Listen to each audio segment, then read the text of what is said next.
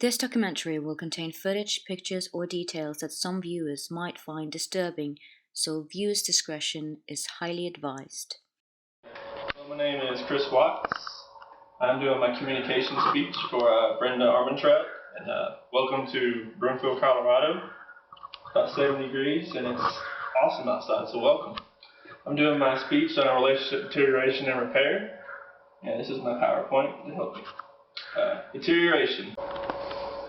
Commitment is the degree of commitment affects your relationship. According to Hirofumi, not surprisingly, commitment is especially strong when individuals are satisfied with their relationship and grows weaker as individuals become less satisfied. You have to ask yourself 3 questions when you're in a relationship. Do I have a desire to keep this relationship going? Do I have a moral obligation to stay in this relationship? Or is it a necessity for me to stay in this relationship? According to my research, sometimes a necessity could be children. Sometimes when you have children and your relationship starts to deteriorate, a child could help repair it. All relationships are held together in part by a form of commitment, either based on desire, obligation, or necessity. And when the commitment is strong enough to hold the relationship together, you avoid arguing about minor disagreements and you support one another. When commitment is weak, the relationship is full of doubt and the relationship deteriorates faster. You have 2 types of deterioration. You have sudden and you have gradual. Sudden would be an example of infidelity. When somebody is not faithful to their partner, the partners realize that the relationship cannot be sustained.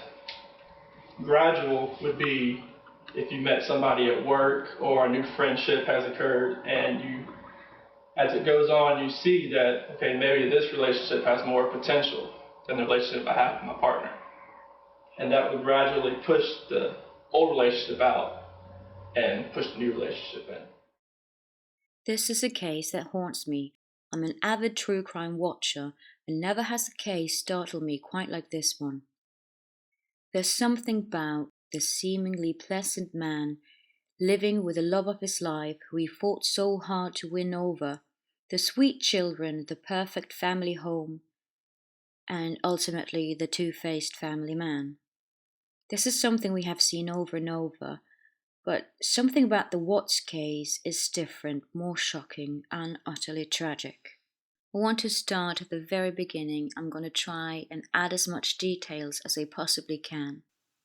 Christopher Lee Watts was born on May 16, 1985, and grew up in Spring Lake, North Carolina. Shannan Catherine Rzucek was born 10th January 1984 and was also from North Carolina, although the city was called Aberdeen. They met in 2010 through Facebook and married in 2012. In 2012, they moved to Frederick, Colorado, after Chris got a job in an oil company there. Frederick was a slow-moving, quiet and safe place to start a family. Just a year after the move, Bella was born. Another 19 months more, they had the second daughter, Celeste. While Chris worked for Anadarko Petroleum, Shannan pursued working from home after some years of struggle with lupus, and working long shifts as a nurse, rendering her with good days and bad. Chris was a dedicated father and husband who understood and supported Shannan in her health struggles.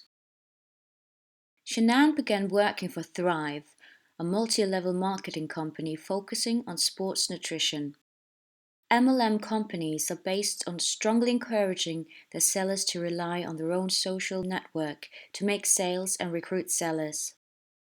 This made Shannan more and more dependent on social media interaction to promote her products and to make sales, and also incorporated her whole family and primarily her daughters in the promotion to showcase how selling from home for Thrive could easily be adjusted to your home life situation.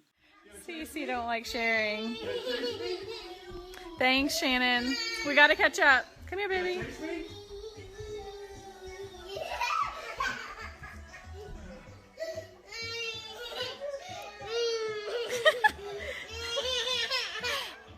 Alright, go by daddy.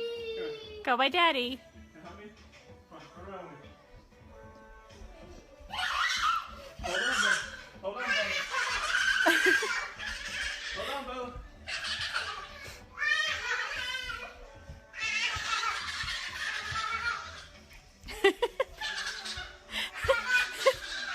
I think Chrissy's gonna lose it. He's so dizzy. You can tell he's slowing down. Oh, this is hilarious.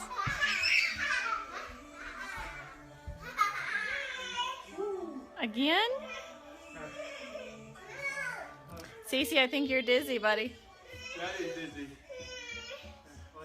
I couldn't agree more, Debbie.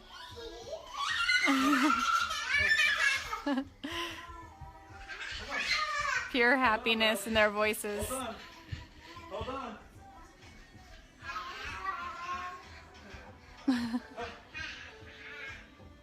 Thanks, Mitch. Daddy's dizzy. Come here, Cece.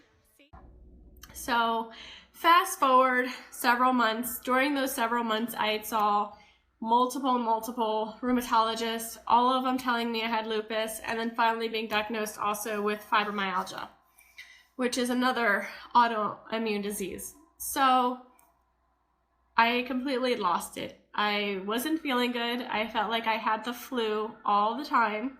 I felt miserable. I was put on all these medications, which then made me gain weight. So I went from being 135 pounds to almost 170 pounds within a 6-week period, which was a total shock and a total, sorry, I got a phone call. It took me to another level. At that time, I went to a little bit of a depression. I was really sad, emotional. All my emotions were everywhere, and I didn't know where to turn. And at the same time, my friend, a mutual friend of mine, sent me a friend request about 8 months prior for Chris, my husband, and I deleted it. I had no interest in dating anyone. I wasn't looking for a boyfriend. I was working. I was goal-oriented. I was a dreamer. I have always been a dreamer. I've always wanted everything in life to be perfect. So anyway, fast forward, in a dark place, all of a sudden I get a friend request from Chris. I said, what the heck? I'll never meet him. He's just a Facebook friend. I have a million of them. Nothing's gonna come of it. Well, 2 weeks later, we finally meet on a blind date. From there, I couldn't get rid of him. I tried. He wouldn't go away. He was stuck.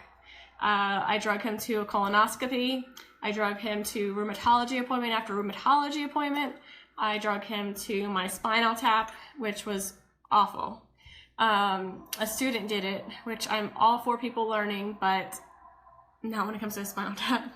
So that was really rough, and ended up falling in love with him. And so why I bring that up is I've learned a lot since I was diagnosed with lupus. I've learned a lot in the last 10 years. I've learned that there's a lot of things that life's going to throw at us to try to knock us down. But you got to do whatever it is to pick yourself up and move forward and try to bring the best out of everything. With my diagnosis of lupus and fibromyalgia all within a 6-month period, I lost my grandfather, just closed on my house. I had a lot going on. Emotionally, I was all over the place. I felt awful. Canceled dates left and right with Chris because I just couldn't do it all. And then we fell in love. I also met several friends through the Lupus Foundation. I met support groups, Lyme's disease support groups, lupus, fibromyalgia, all of them. I've met some of my best friends today from those groups. And I don't think, I know I couldn't be where I'm at right now without a lot of them, who stuck by me, who supported me, who understood what I was going through and never left my side. With that being said, my husband and I had 2 beautiful girls, very healthy kids, little baby monsters, as I call them. But I was told I couldn't have kids. So I have 2 beautiful girls that I'm truly blessed with every day. that I couldn't thank God for more. I moved to Colorado after meeting a friend of mine in North Carolina. After I nannied for her children, we moved out here after visiting, fell in love with the area. It's gorgeous in Colorado, minus today it's raining, but I still feel good. So, so we moved to Colorado. We created a life for ourselves out here. Chris found an amazing job that fully takes care of him. Anything he needs, he's there. They appreciate, they respect him, which is huge for any job that you have. And we love it here. We've made such an amazing group of friends that we call family, friends that are closer to us than some family, friends who are there for us better than some family. Truly, truly grateful for everything that has happened since my diagnosis. And I believe things happen for a reason. Things are placed in our life to bring us to the next stage of our life, good and bad. We just have to take all of it with us. And so when Chris and I got married, we dedicated our wedding to the Lupus Foundation. We asked all of our guests to donate to the Lupus Foundation instead of getting gifts for us. So many things that I've done to help support so many people that I love and care about that have autoimmune diseases, that have autoinflammatory diseases, that have multiple things that can debilitate you and take your part of your life away. So with that, I just want you guys to know a little bit of my story. A lot of you that know me know my story, not everyone. So in honor of Lupus, World Lupus Day, I'm rocking my purple eyeshadow. Do you guys see? I got my purple nails, or purple and pink. But I'm truly grateful for everyone that I've met since my diagnosis in 2010.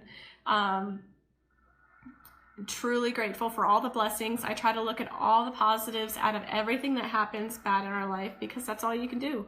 You can only look up instead of down. And I try to bring people with me, bring me up.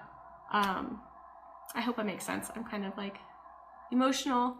It's just a lot, but I'm grateful for everything. I'm grateful for my girls. I'm grateful for all my friends watching, because all of you I've met through different people that have brought me here where I am today.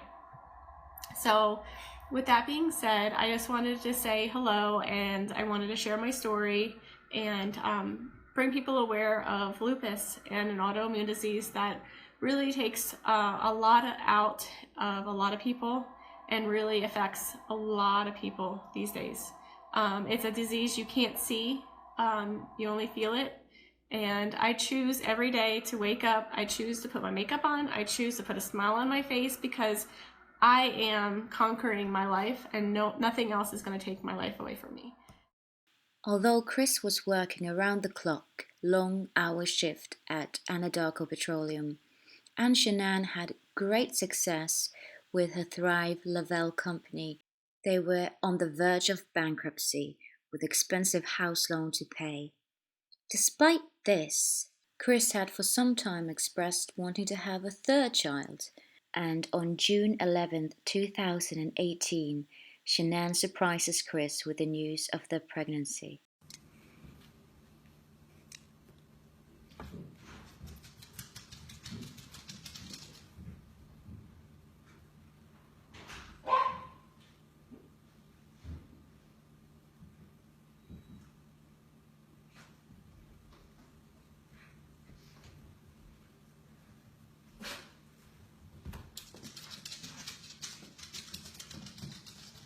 We did it again. I like that shirt. Really? Really. That's awesome.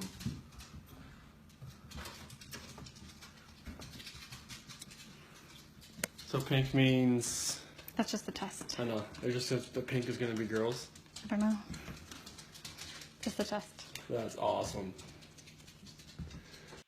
On June 14th, just 3 days after the pregnancy reveal, Chris adds Nicole Kessinger's contact info on his phone. Nicole Kessinger is a fellow employee at Anadarko Petroleum. Around June 17th, Chris tells Nicole he is married and is a father when she sees the photos of his daughters on his phone. She also takes notice of Shannan on the lock screen. He tells Nicole they are in the process of separation. Chris didn't wear his wedding band to work, claiming it needed to be fitted after he lost a significant amount of weight in the recent years.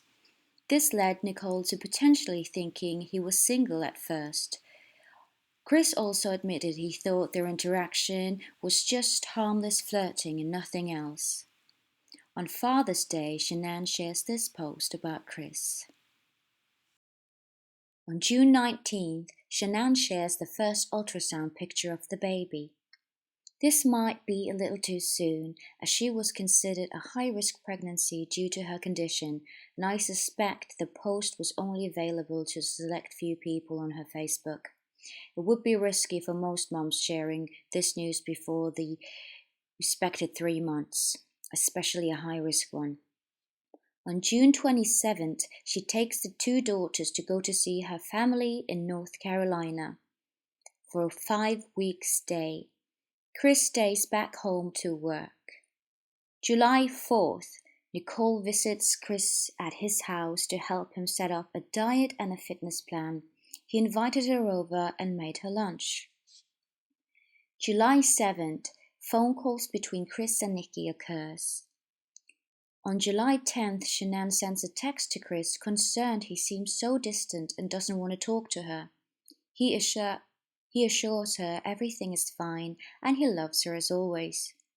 July 14th, Chris and Nikki is on a date to a car museum as they both were avid car fans.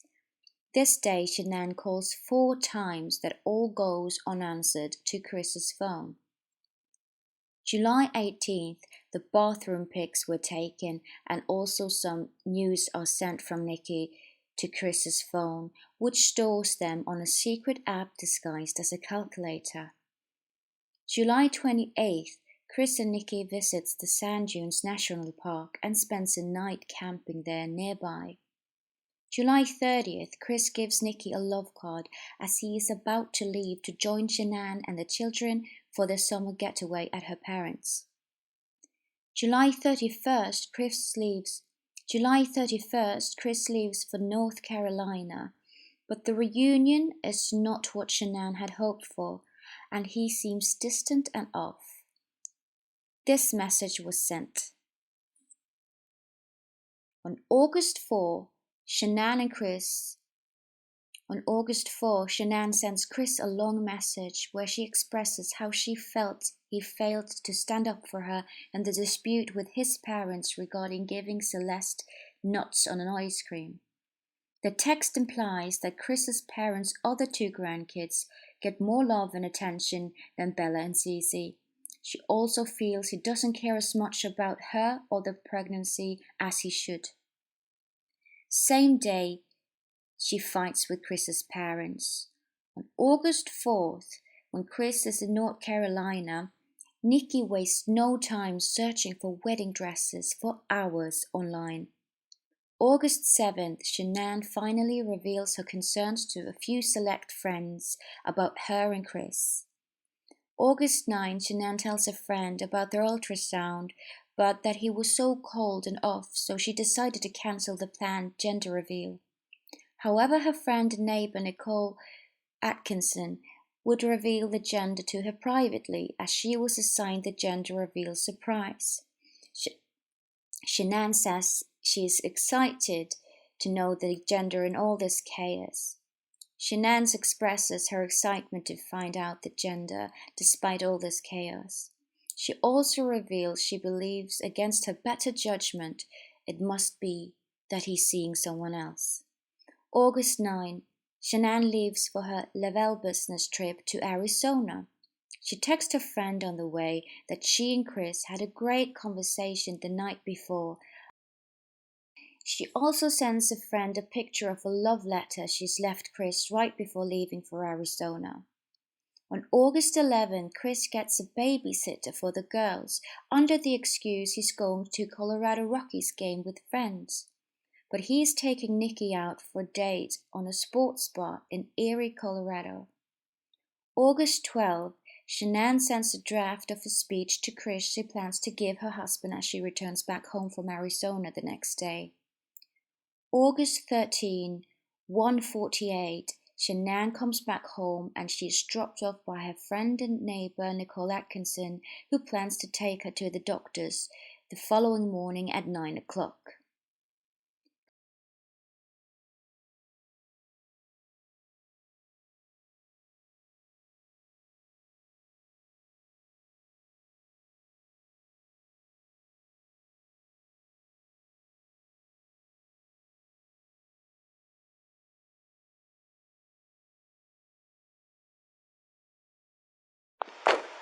How you guys doing? Brother?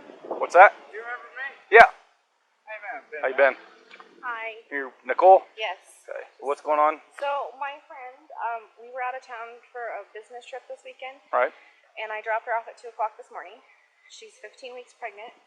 She wasn't feeling well, and she had a doctor's appointment this morning at 9, and I told her to let me know if she needed me to take her. She's got 2 little girls, and she was very distraught over the weekend, wasn't eating normally or drinking, and we kept trying to force it on her because she's pregnant. Her husband and her supposedly are separating, but she didn't know this. She thought they were just having issues. He disclosed that to me today. Okay. Because I called him and I was like, have you talked or heard from Shanann since she left for work this morning? Because I can't get a hold of her. I've called, I've texted. Her car's in the garage. Her shoes she wears every single day are by the front door. She only has one vehicle? No, they only have the one vehicle and his work truck. Okay. That's what I'm asking. There's She not took a... the girls and went on a play date, but they're 4 and 2. She went on a play date. Why wouldn't she take in a car? They're both in car seats. And she had a doctor's appointment this morning at 9, and she didn't go to the doctor's appointment. Okay. No answer on the phone. Husband's on his way. Supposedly, but he said that 30 minutes ago when I called him again, and he said it was 45 minutes out still. And I know the code to the door. You do? I do, but there's a thing on it. There's a, no, it'll, you can press everything and do it. There's a, they have the thing flipped up here. Oh. What about the garage door? I don't Is know. there... And the alarm goes off. Do you mind calling him and seeing if we can get a passcode to this and get me permission to go in? Okay. I'm just gonna check the back, see if I can see anything. There's no way to get in.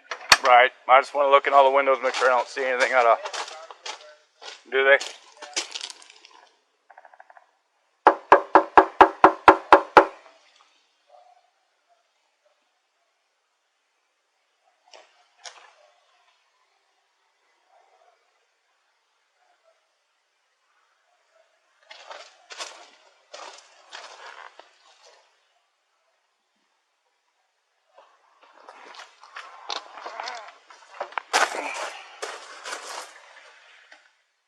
The shift doesn't work on the outside. Oh, it doesn't? Yeah. So they're gonna have to tap on that one and tap on the one over there too. What's the show on that?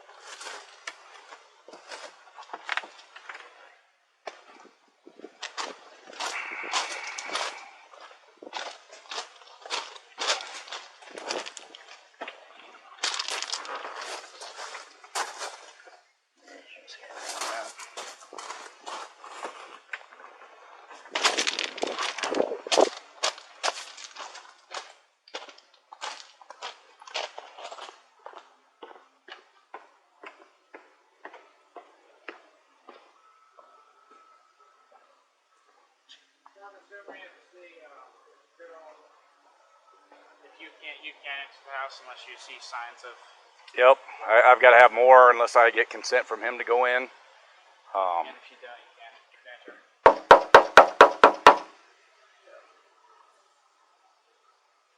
Because it could be grandparents came and picked him up. You know, it could be a lot of things. She left her phone. Her phone's dead. And it doesn't change anything even if they are pregnant. No, I mean, It's different rules, but they're all about the yeah. same. You're stable You've got your Fourth Amendment rights to the house. Yep. I can't violate that. Yep. Told her that. That's why. She's like, they'll break down the door. I'm like, no, they won't. No, not. I mean, if I saw her laying on the ground, something like that, You saw signs of a fight or anything. kids were. I could get a hold of the kids. No, mom's not answering. I got nothing right now though. How you doing? You seen your neighbors today? No? Okay. Oh, we're just trying to get a hold of her. Felt like she wasn't feeling too good and pregnant, and they're just concerned. No, I know he works in the oil field, so he's on certain days and off for. You didn't see her today though, any outside or anything? Okay. That's not it. Right.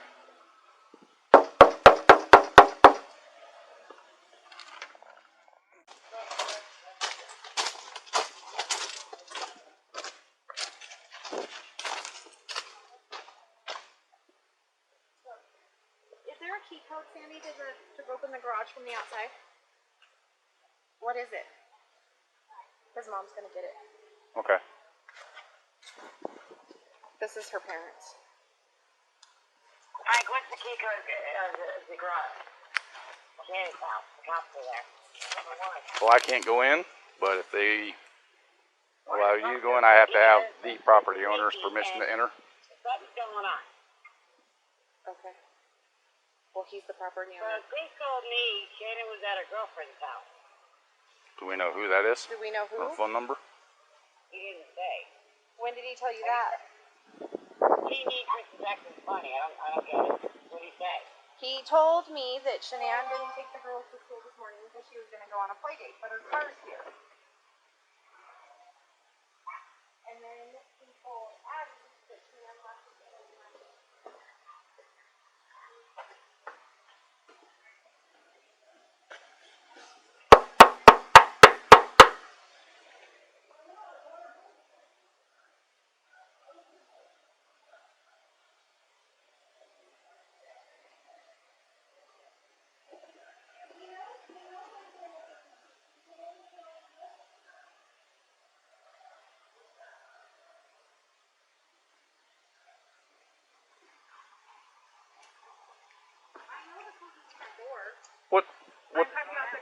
What's Chris's phone number? The driveway.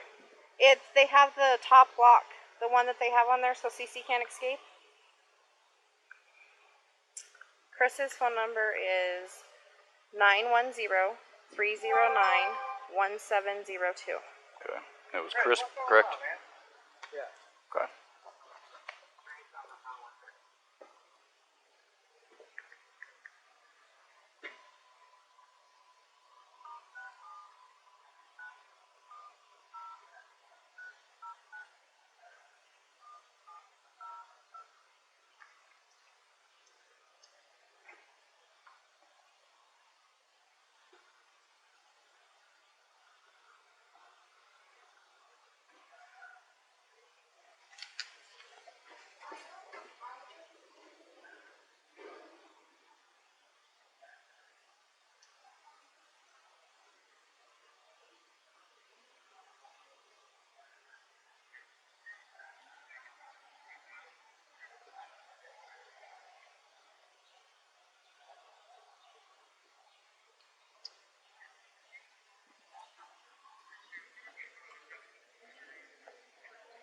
Hey, Chris, Officer Coonrod for the police department. Pretty good. So, do you have any idea where your wife is?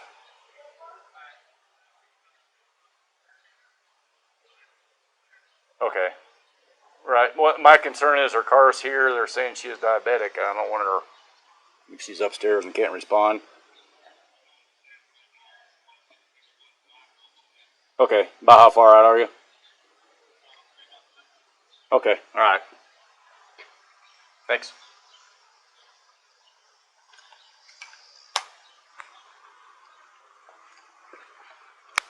Dispatch Rec 981.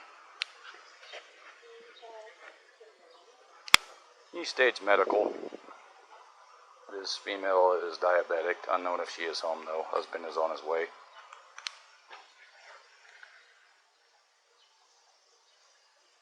You say how long you're taking to get here? He said like 5 minutes. So he's about here. So he's told us 45 minutes 2 times in a row. So he told one of my mom's friends that he was on I-45, so the interstate pretty much. Mm-hmm. And And we waited the time we were told. The mom called again. He said he was still on it and to wait another 45 minutes. So he's just been giving us false times and everything.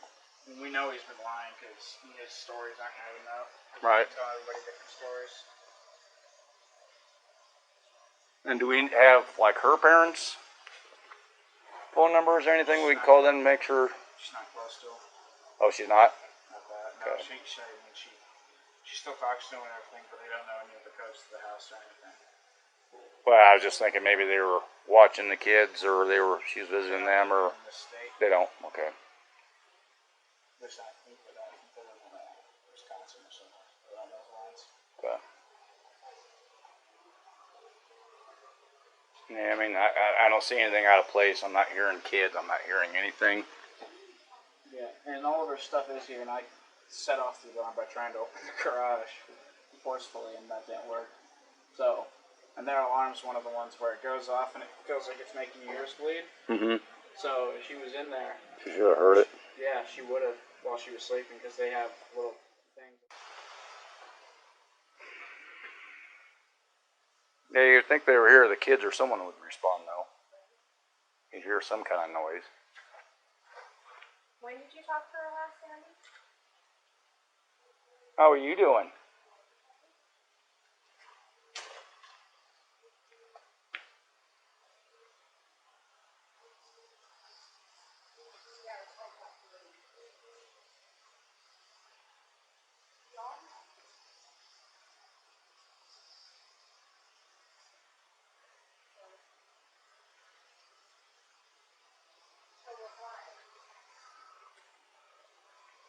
I don't think Chris is going. No.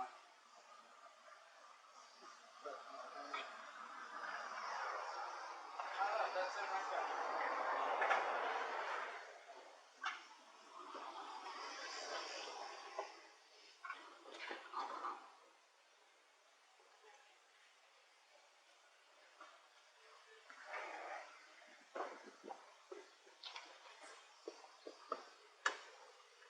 I'm here. Hang on. Yeah, get me on the phone. Okay, get Matt.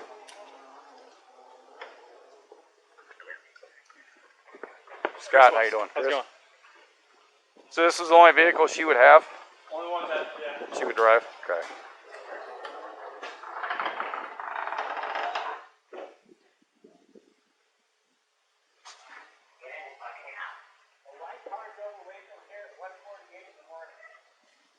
That's me. Is that you at Yeah. 148? The neighbors went and checked his camera and they said that a white car drove away at 1. It was me though. That was me. I dropped her off. That was the last action on my camera. Okay. That's throughout the whole day, or? Besides Chris leaving. Well, yeah.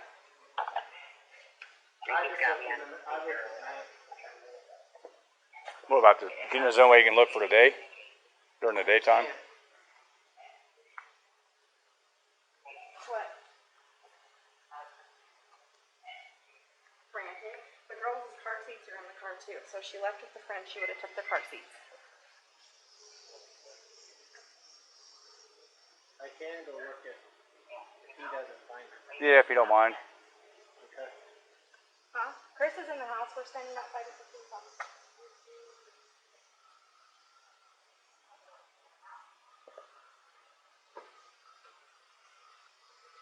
Can we go in the house?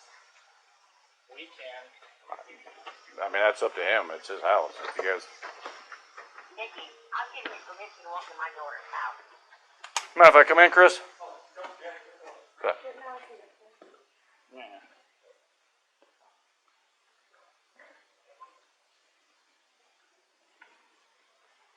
You checked upstairs? She's not there? I just want to make sure she's not passed out somewhere. Is she diabetic?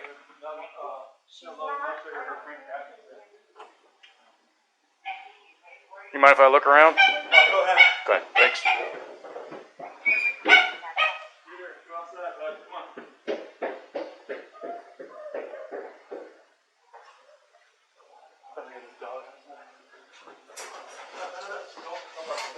Oh, you're fine. Go outside, outside, outside.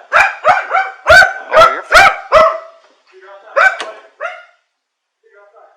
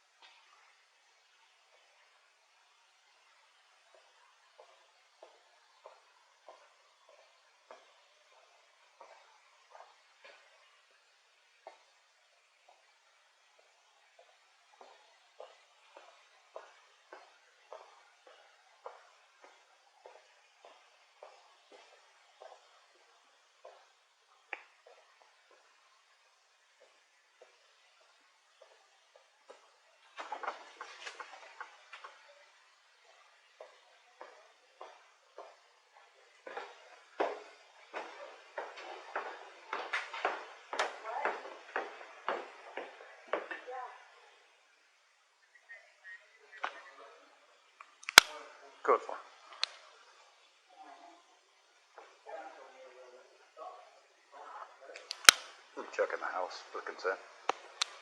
Down her phone. Oh. Well, any friends she would be hanging out with? I mean, I know. I guess her Amanda, parents are out of state. across country, North Carolina. Oh. Yeah, so that's not happening. She can play with it. Cool. All the girls' blankies are gone. Their blankies they sleep with, they don't leave anywhere without them. Good. Nothing else appears to be missing though. Just No. stuff you'd take for a quick trip. You can, you have full ring.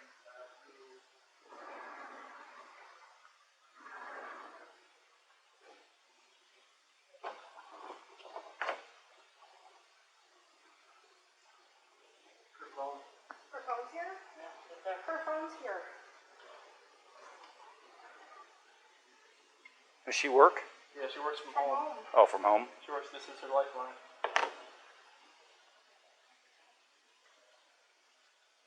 So yeah, that thing turns back on, it's gonna start blowing up. Oh yeah, trust me. It was shut down. She's in the play. Yeah.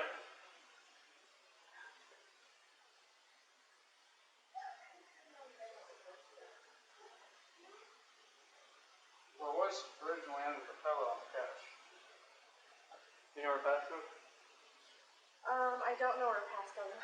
It used to be 2385, but now it's 6 digits. It's the baby's due date. 1/31/8/19.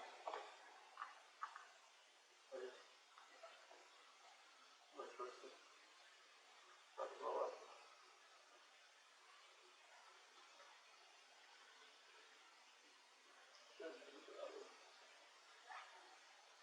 What does she do for work? She works a direct sales company called Rhylie.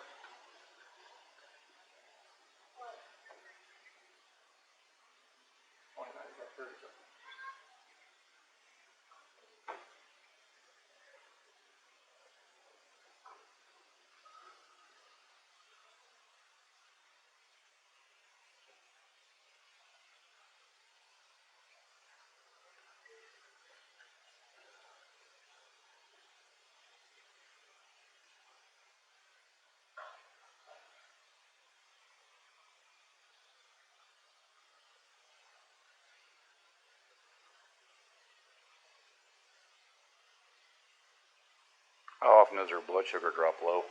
Cassie, her friend in Arizona, said that that's the first time that's ever happened. She normally has migraines, like a while ago, but she had them a lot this weekend. Cassie's a nurse, so she figured it was because her blood pressure sugar was dropping. Yeah. Because she wasn't eating her normal that she normally eats. Like she takes a couple bites until she was full. Okay.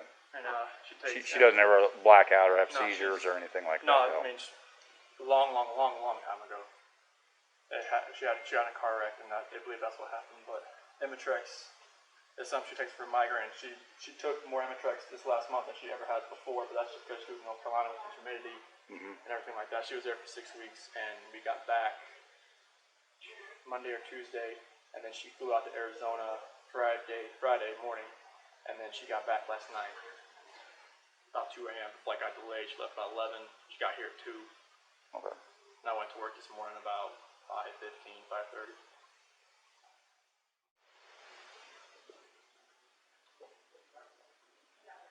You guys having any kind of issues, marital issues, or We're going through separation. you are?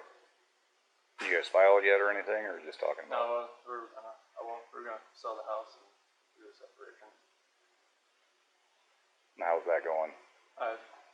It's going Civil for the most civil, part, or?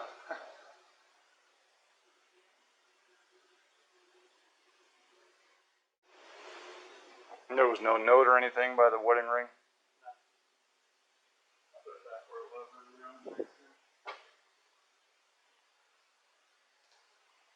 Is any of her clothes, anything like that missing?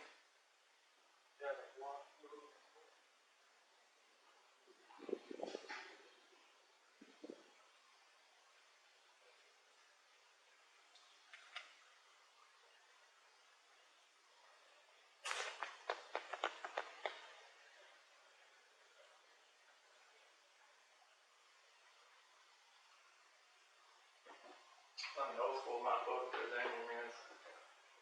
yeah. It didn't look like she went through and packed up No, I mean, bag she or has anything. This and all that on the bottom, so it'd be kind of hard to tell if she took a little bit, or I mean, it'd be easy to tell if she took a lot, but it's hard to tell if she took a little bit or not. Okay. Did she tell you anything about leaving, moving out? Not moving out. I mean, the last time I talked to her was this morning. She said she was going to take the kids to a friend's house, and she asked where she was going to be. And then I've texted her today. I've never heard anything, but the car's here. Car Right. seats are here. Unless somebody came and picked her up. But the people that I know, nobody's heard from her. Nobody's seen her. Right.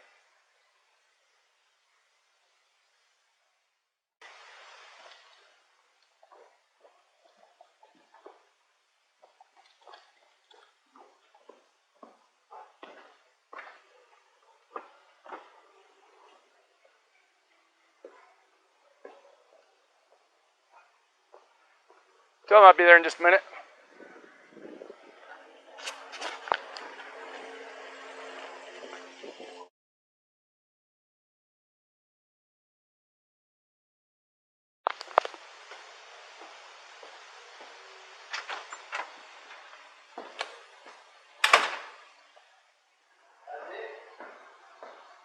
Nothing on there. What's that? Nothing on there. You just have to My camera. the truck up to the garage. Lay down. Loaded my stuff up in my coolers, my water jugs, my book bag, my computers, some of the tools that I had from the toolbox. I knew I was going to have to do some pumping into rubbers today. That's why I was out so far. Is this on continually Yep. recording? Yep. Well, It's not. Is it any motion or is it? event. Okay, so it's motion. Any motion event that happens. What else can I do with this?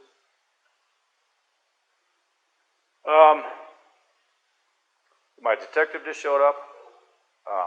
So he'll probably want to talk to you. He'd probably, like I said, he might have you call at the bank and see if there's any kind of activity. Because if there is any sort of action out I know there, his camera's I like, would have got it. like Right. we had issues the other week when people were stealing stuff out of like garages and stuff like that. And I had parked my truck I over had here. to park right here. Yeah.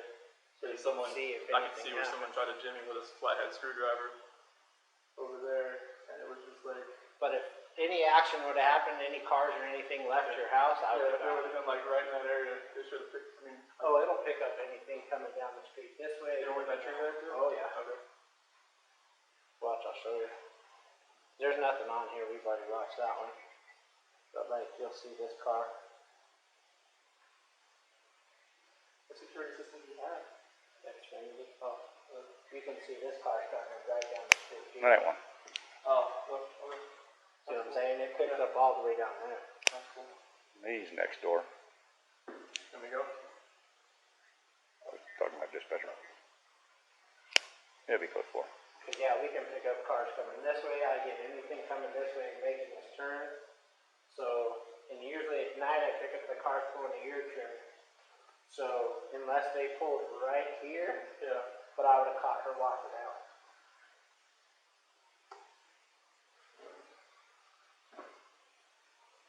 Diesel. You're good. But yeah, I got nothing. Nothing for the rest of the day. No, that's it. She's pregnant as well. How far along? 14, 15 weeks.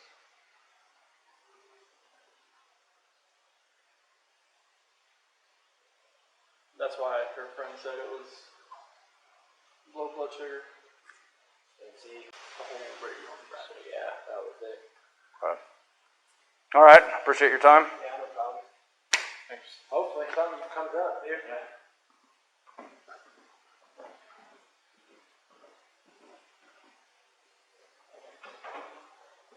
Mind if you just want to go talk to him? I'm going to get his info real quick. No. He's never fidgety, he's never rocking back and forth, and if you look,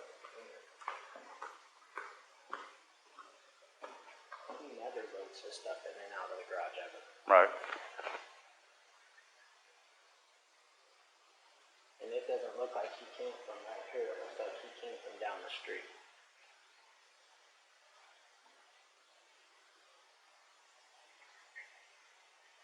And then the other thing that doesn't make sense is why would he pull past this part? You can see him pull past.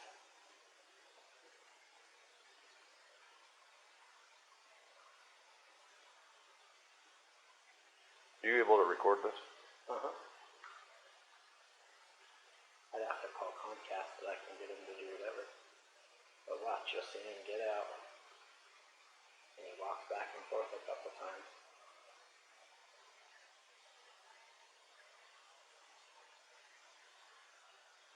To be completely honest with you, my wife and I were kind of wondering when she was on vacation if something happened, because I've heard them full out screaming at each other at the top of their lungs, and he gets crazy. Does he? And that's pretty recently. Yeah. I'm guessing that's why she went and visited people, is because she wanted to get away from the situation. Do you have I think it's, look at the...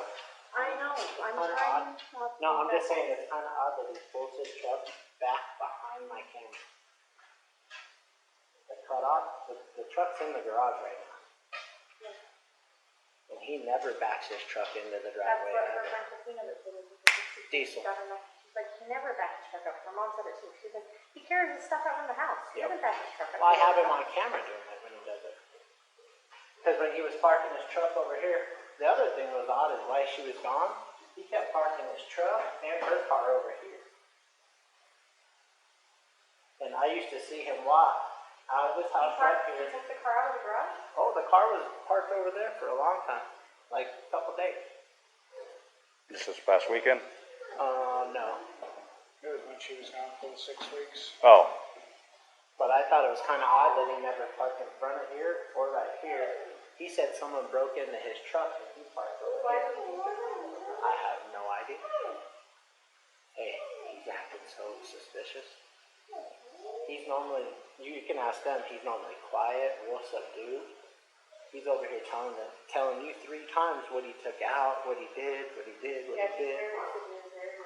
He's very, he never talks. So the fact that he's over here blabbing his mouth makes me kind of suspicious. Yeah, but I mean, put yourself in his situation. Oh, I agree. You know, anyone's going to be nervous. You don't know what to do. No, I agree, but I'm just saying the way he told you 3 times what he brought with him, why is he telling you exactly what he brought with him instead of saying, oh, they didn't see anybody out here, he didn't see anybody doing anything. You know what I'm saying? Mm-hmm. Why is he so worried about you knowing what he's carrying out? That's all I'm saying. The detective's talking to him. What's that? Your detective's talking to him. He's talking to him right now? Okay.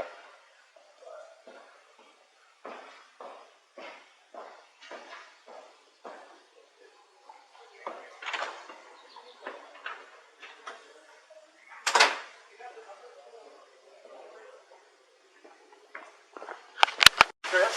Yeah. Hey, are you okay if we just walk through for a minute? And then look at her phone if it's still up there? Yeah, that's me. I guess.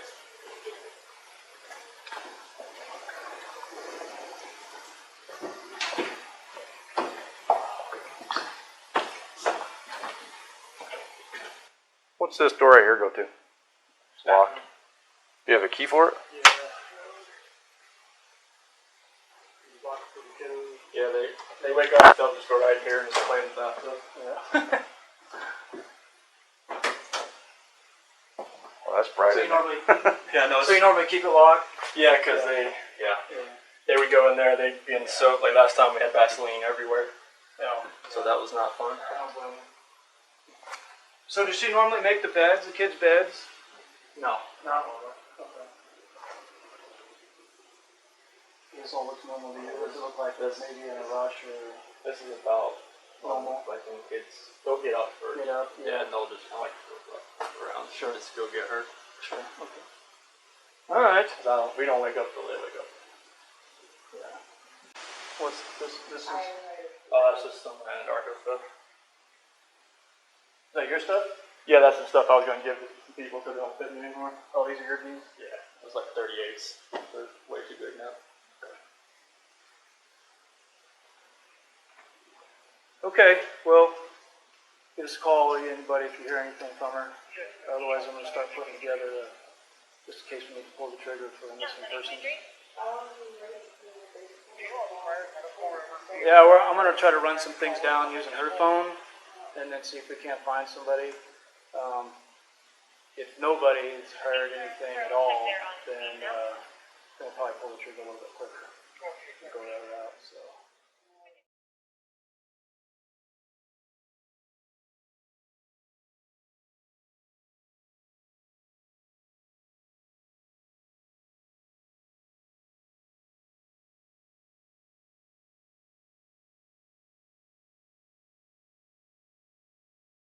At 10:10, the same morning Shanann goes missing, Chris looks up the lyrics to a Metallica song called Battery on his workplace. At 12:27, Chris discusses house sales with the realtor. The conversation seems casual until the news of Shanann and the girls hit her, and then he reveals she is indeed missing. Up until that moment, she asked about Shanann and the girls. The conversation is very casual for a husband who is supposed to be distraught from missing his family. Nicole Atkinson reports Shanann missing at 1:40 p.m. to the local police. On August 14th, the day after Shanann and the girls go missing, Chris is doing a TV interview from his porch.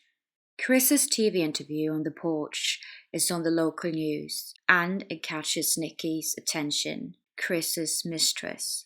This is when she learns that Shanann was 16 weeks pregnant, which is in conflict with what Chris told her about being in separation and not really together. Chris Watts. Nikki contacts WATTS. police, which again calls Chris in for an interview the day after. Right now it's got K9 units, the sheriff's department.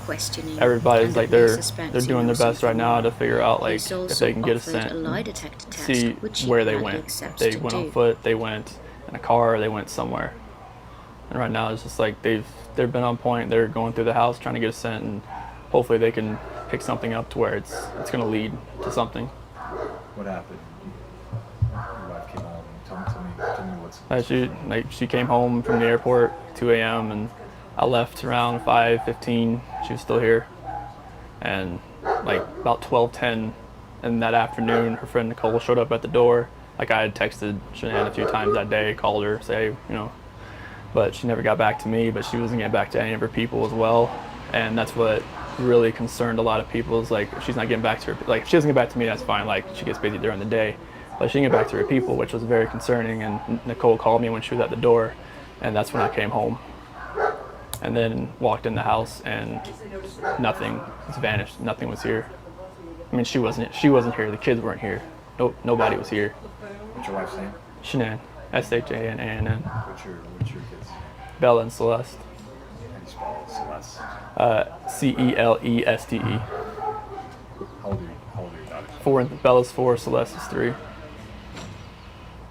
And so, how many times did you try calling her? I called her 3 times, texted her about 3 times just to say, what's going on. Like cause after I called her and texted her once, it's like maybe she was just busy. Like she had just gotten back, like everybody's probably calling her from her trip. She just got back from Arizona, and I figured she was just busy. But when her friend showed up, that's what it was like. It registered like, all right, this isn't right. Do you think she just took off? Do you think? I mean, right now I don't even want to just like throw anything out there. Like I hope that she's somewhere safe right now and with the kids. But I mean, could she just taken off? I don't know. But if somebody has her and they're not safe, like I want them back now. Like that's what's in my head. Like if they're safe right now, they're gonna come back. But if they're not safe right now, that's the not knowing part. Like if they're not safe, last night I had every light in the house on. I was hoping that I would just ran over by the kids running in the door and just like barrel rushing me, but it didn't happen. And it was just a traumatic night trying to be here. I'm gonna ask some kind of tough questions about your relationship with your kids. Yeah, my kids are my life. I mean, those smiles light up my life. And there's like, I mean, last night, like during when they usually eat dinner, it was just like I missed them. Like, I mean, I missed telling them, hey, you got to eat that or you're not going to get your dessert, you know, and just like you're not going to get your snack after. I miss that. Like I miss them, you know, cuddle up on their couches. They have like a Minnie Mouse couch and a Sophia couch that they cuddle up on and watch, you know, Bubble Guppies or something. And it was just like, you know, it was tearing me apart last night, and I needed that. I needed that last night, and for nobody to be here last night and to go into their rooms and know that I wasn't going to turn the rain machines on, and I know that I wasn't going to turn their monitor on, and know I wasn't going to kiss them to bed tonight. It was. That's why last night was just horrible. I couldn't do it. I want everybody to just come home. Like wherever they're at, come home. That's what I want.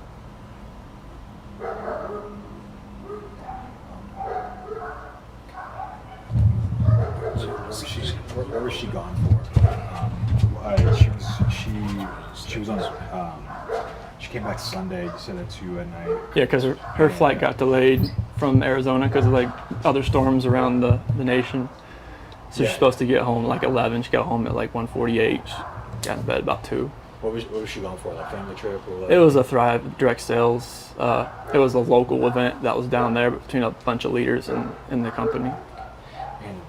And that day she was back. I mean, I left work early that morning, like 5:15, 5:30. So like she barely got into bed pretty much. And you know, this might be a tough question, but did you guys get into an argument before she left? It wasn't like an argument. We had an emotional conversation, but I'll leave it at that. But I just want them back. I just want them to come back. And if they're not safe right now, that's what's tearing me apart. Because if they are safe, they're coming back. But if they're not, this has got to stop. Like somebody has to come forward. You spoken to her family, like her parents? Yeah, they've been in constant contact, like every hour. I mean, everybody back in North Carolina and the East Coast. I mean, from Maine to Florida. What is her parents saying to you? Like, they're just like if they need to get on a flight, just let them know. Because I mean, they feel helpless right now because they're on the opposite side of the country. I mean, Colorado is. I mean, you can't just drive around and look. I mean, it's just like you wouldn't really know what you're looking for. That's what the cops pretty much told me. That first day, I was like, I want to get out and drive around. They said, you wouldn't know what to look for. Last couple questions. What is law enforcement? What have the police or the sheriffs or your neighbors? What's police saying to you? Right now, this is what they're doing right now is with the canines in the sense. I think this is the biggest thing. This is the biggest thing they've done so far because yesterday the Frederick Police Department did all the searching of the house and tried to gather whatever information they could. And with the detectives, officers, and sergeants, and today it's, I mean, obviously with all the activity that's around, there's a lot going on around here, and I really hope that all of this can lead to something positive. What did your neighbors, did they see anything? Did your neighbors see anything? No, like the police department went door to door asking, like cameras and everything, just like nothing.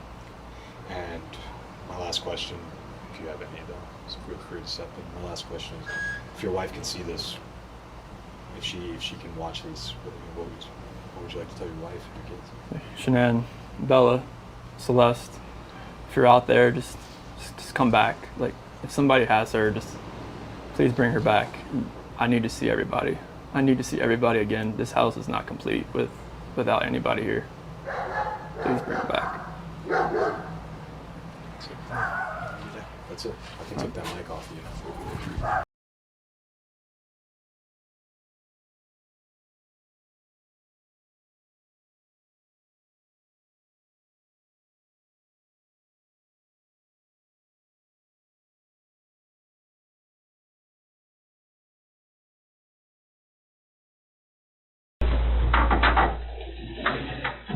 So it is completely clear that you were not honest during the testing, and I think you already know that.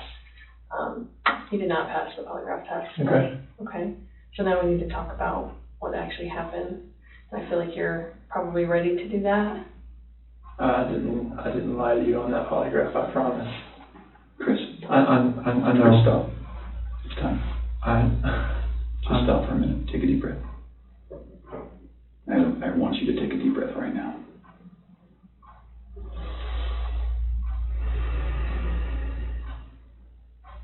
There's a reason you feel sick to your stomach.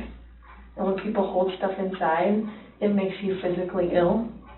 And I can just tell on your face, I could tell from the second you walked in that you were wanting to just come clean and just be done with this. And I appreciate that because you knew sitting down in that chair that you weren't going to pass today. And you knew I was going to find out because I told you that. And then you continued to stay knowing that you could, at the end, say, you know what? I just need to get this off my chest. Like, I just need to tell you what happened. We're not here to play games. We're not here to do any of that with you. We just want to know what happened. So can you start from the beginning and tell us what happened?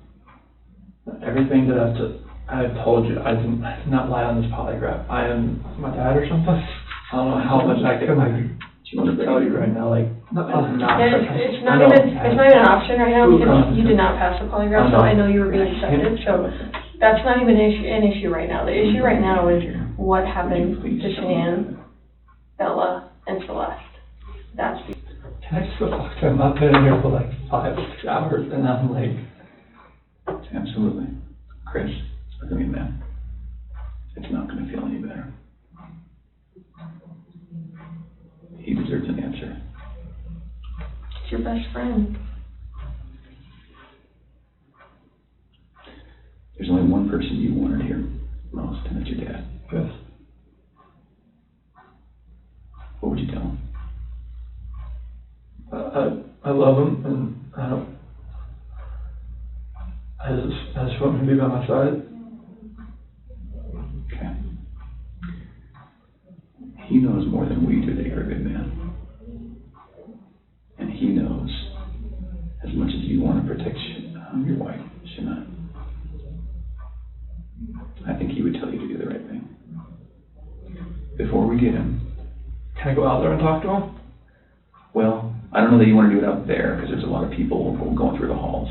Should we bring him in here? We'll step out. Okay. Can you 2 minutes with him? So, I mean, they're not going to let me go.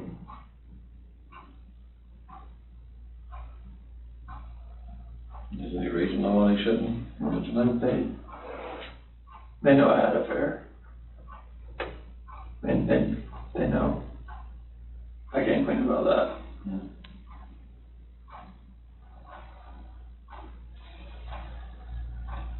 They know you had an affair. Mm-hmm. Anything else you want to tell me? What's going on, or what happened, or anything? Or you know anything about? When we had that conversation that morning, it was emotional. It was told her about separation and everything like that. Mm-hmm.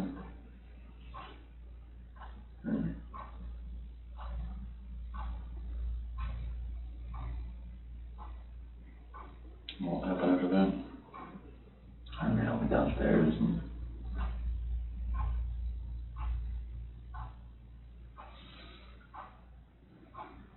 I want to protect her. What? I want to protect her. You don't want to protect her? I don't know what else to say. What happened? Huh? She hurt him? Yeah. And then I freaked out. What now? I freaked out and I hurt her. You hurt her? Did they leave after that, or what happened? So she started hurting the kids. They were.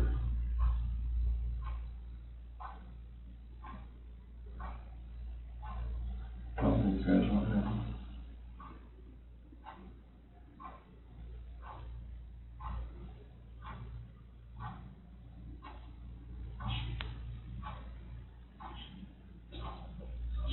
What? She smelled it. Or choking. No. I didn't hear anything. When I was downstairs, I came back up and they were gone.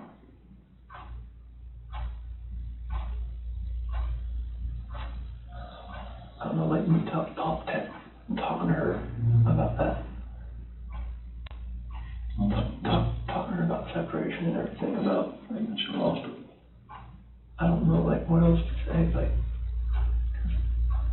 I freaked out.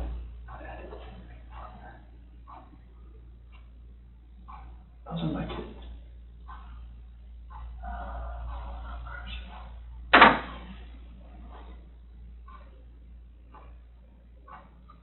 So she, just found it that one time. You were leaving the place and going to work. And she freaked out over the separation and everything. Like, she laid back down, but that's not downstairs, but I heard like a little commotion upstairs, but I didn't think anything of it. Mm-hmm. And then you went back upstairs and she was... Never, I could see, like, she was on top of the machine. What, choking her, or... Did she kill her? They're blue. Both of them? Yeah. She choked both of them to death. I freaked out at the same thing.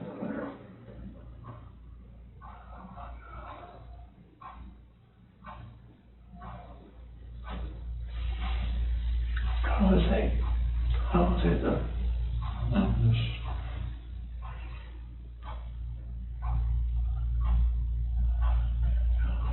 I couldn't, like, call the cops about it.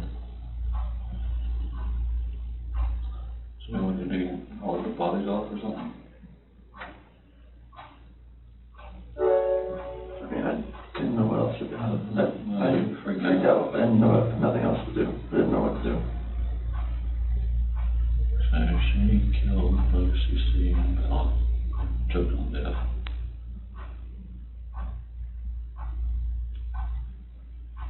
You lost it in the choke her, or... Mm-hmm.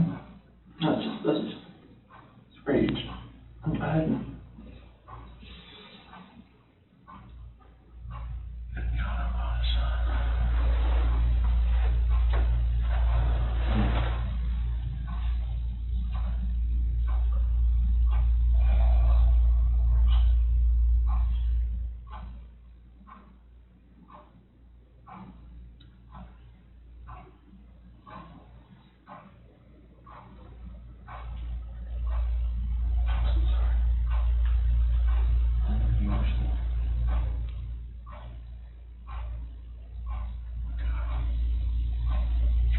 Like, in her heart, I know she knew about the affair. She just was waiting for me to say something and for me to deny it again. I think she just lost it.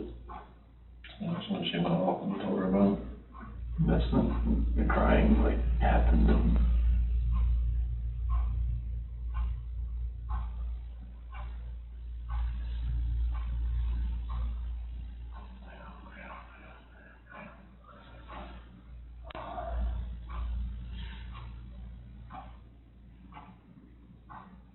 what's gonna happen?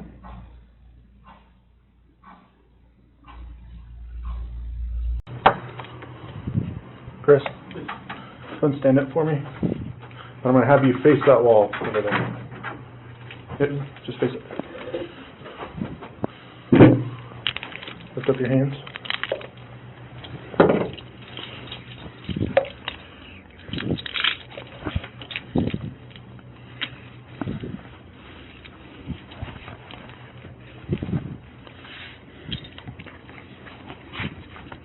Okay, go and face this wall.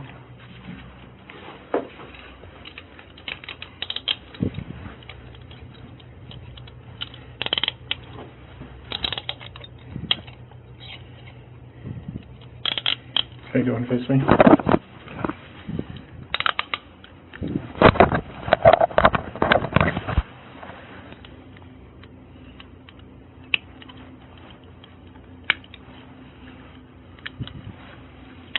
Okay, you don't have anything on you, right?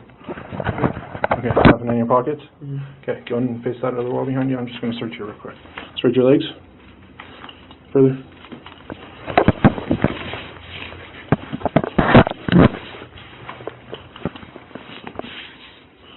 Okay, turn around and face me.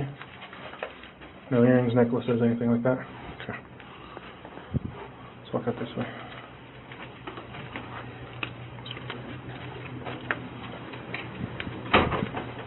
Go straight.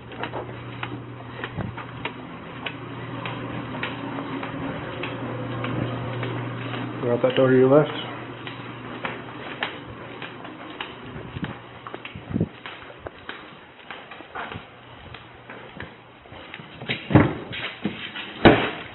Have a seat.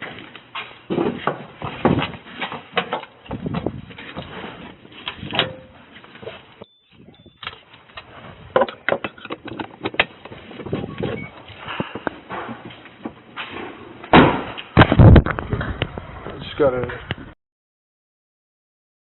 At first, Chris says that Shanann killed her own children by strangulation, and then he felt so compelled to kill her in pure rage. The sad news about this is that her own parents thought for a short while that was the truth because that was broadcasted. Chris has later explained that Shanann accused him of cheating and the argument got heated and Chris just snapped and strangled her. The racket woke up Bella, who then entered the room and sees Shanann's dead body and asks what is wrong with Mum. Bella stands watching Chris wrapping her up in the bedsheets and drags her out in the truck. Both girls were alive and sat on the bench of the truck as he drove out to the oil site to dump Shanann.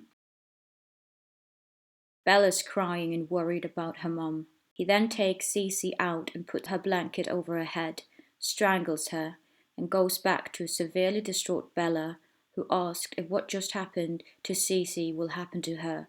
He confirms, and Bella puts up a fight as the blankie is tucked over her head and she faces the same fate. Shanann's parents voted against death penalty because they don't believe in killing. It was a gregarious act of kindness from Shannan's parents. It's quite evident that Shannan's family is a very, very loving family.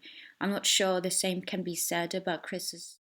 He dumped the bodies in the site you see here. The mom was buried in the sheets just nearby, and the two girls were forced down the shafts to each oil tank, which is not big at all. It's hard to imagine how anyone could do that to anybody, especially your own children and your own wife. He got life in prison and has later done a lot of interviews. I will not give them much attention. And I pray for the souls of Shanann, Bella, Cece and Nicole. And also to put things into perspective, Chris's affair with Nikki was just 1.5 months long. 1.5 months was worth all this.